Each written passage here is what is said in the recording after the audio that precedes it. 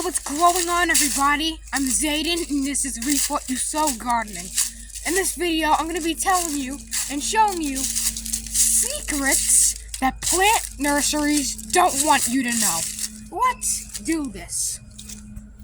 Before we start off this video, I would love to say thank you so much for stopping by and checking out my channel.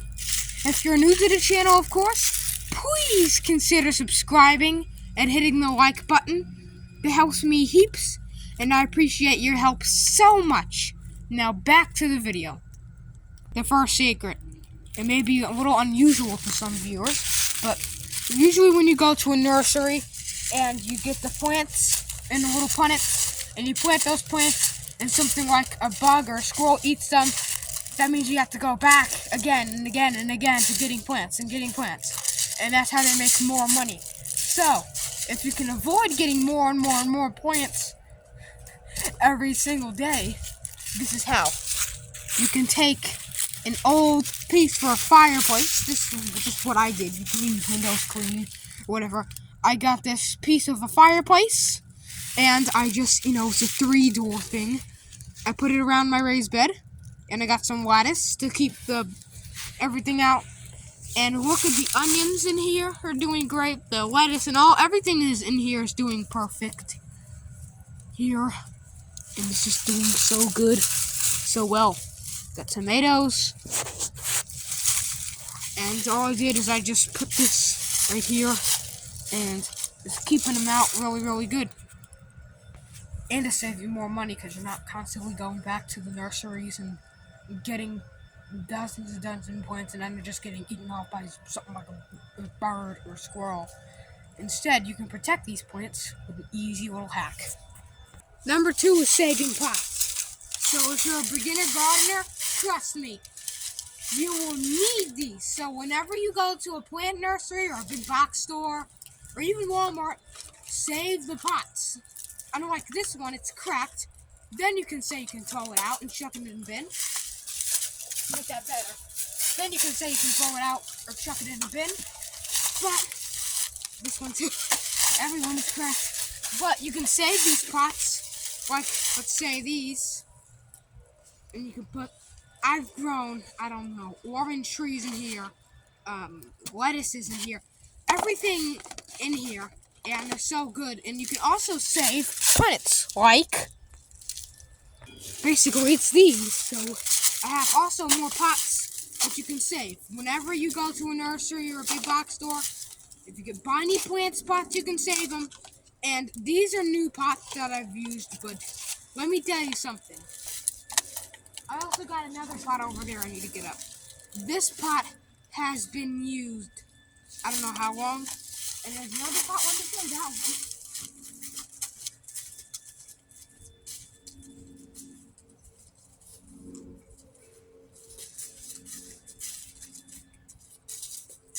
This one has been used for so many different things. It's been ran over by the lawnmower, but it's still a good pot.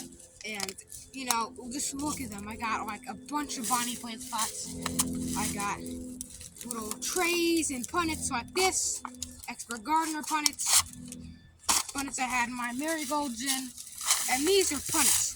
So, this bonnie plants punnet, not this one. I had this one for like a year. I had this one since 2022, like April. Now I'm talking very old. This is what I had sweet potatoes in, and this is vintage now. I don't even know if they still make this design anymore. I got it from Home Depot, and you can see the side of it is all cracked up, but it still works good. I even have another one and also a couple more. So you can save these pots whenever you go to a nursery or wherever, and don't throw them out, because trust me, you're going to need them in the future. Number 3, buying expensive pots. You don't need to buy expensive pots for like $25, $13. Instead, get yourself a nice $5 or $5 little tote like this. This is a mainstays one, and I got it from Walmart for $5. You can get 2 of these for $10. At the moment, I have my plum tree in here, my Oxford plum, and you can see These pots are awesome. I even have asparagus in another pot way over there. And other pots just like that in my greenhouse as well. They're really easy to come by, and sometimes you can even find them on the side of a road if you're real lucky. You can grow a lot of food in these pots, and they even look good in the garden. Now, color matching, I have black and blue and teal. Well, that was a dark blue, but it just turned light blue because it's over 10 years old. And there's a kiddie pool back there as well, which is a nice raised bed. Number 4 may be a little controversial, but is that the right word? But it's oversowing seeds. So what am I talking about when you oversow? So usually when you plant seeds, you plant only a couple seeds, but that's not enough. Instead, oversow 1%. This will make the crop stronger, and oversowing is more practical because 1 seed or maybe even 13 seeds may not germinate. 50 will, 50 won't. So, it's really vital that you oversow at least 1%. You don't have to go really crazy about it, but it's still really important to oversow.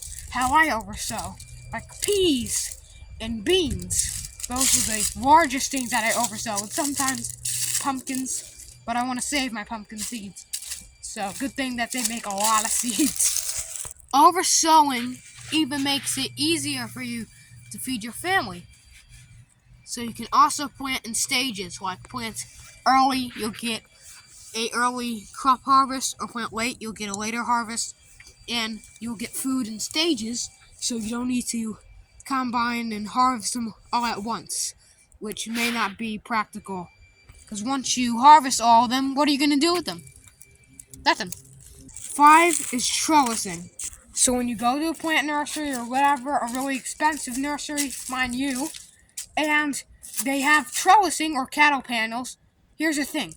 Also, if you have a Honda Accord, like me, and you can't fit a cattle panel, or if they're really expensive and you have, let's say, a Toyota Sienna, then you can fit it in there, but they're too expensive. So let me show you a cheap, easy way. You can definitely fit Zipline wire in your car, but you can say, Zayden, how am I going to do that? Just roll it up on a little stick.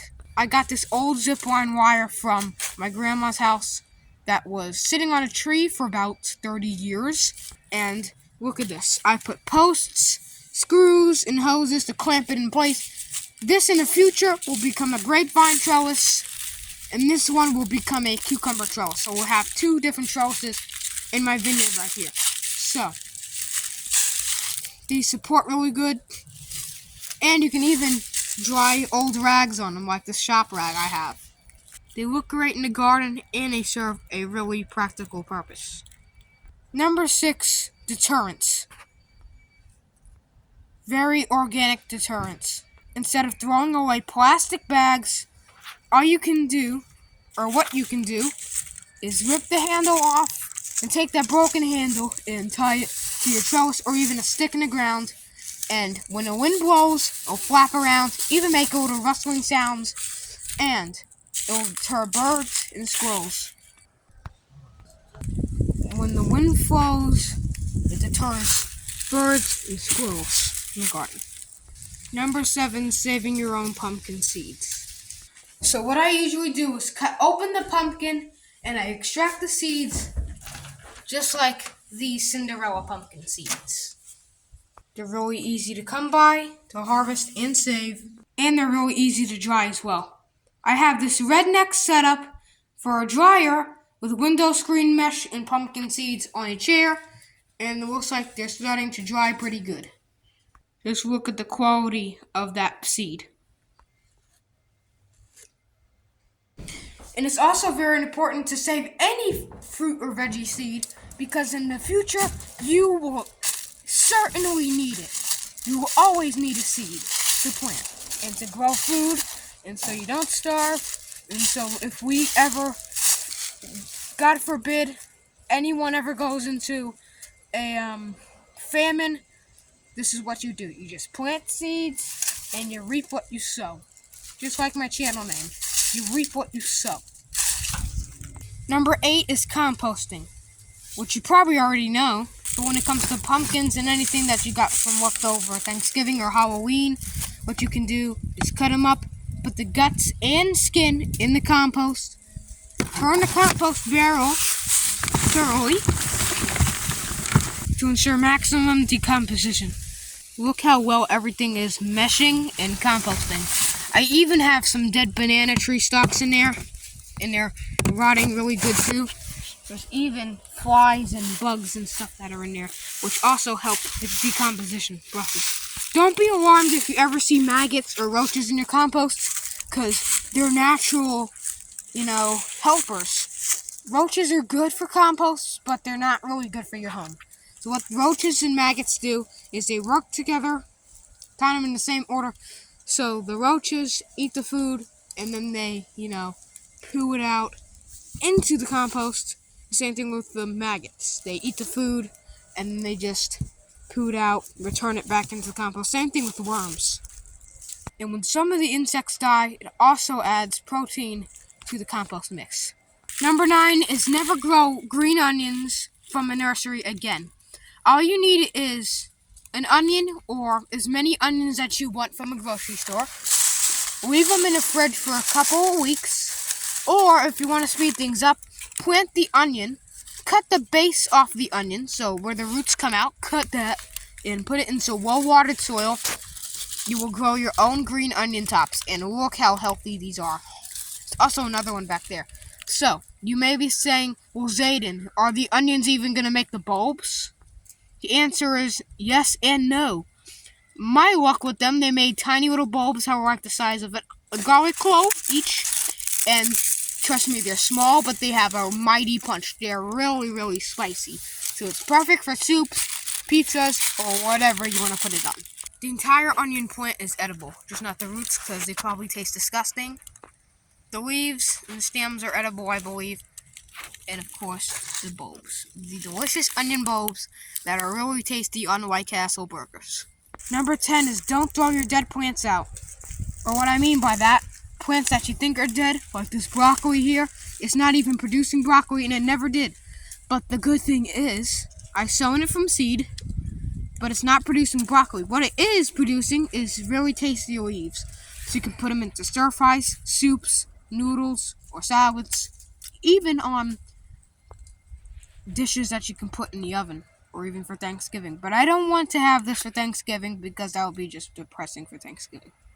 Broccoli leaves taste really good, and also, they're similar to cabbage leaves in a way, because they taste kind of like lettuce and kale. But curly kale doesn't taste all that to me. Now, these broccoli leaves taste a little bit better than kale for some reason, even though they're in the same exact family.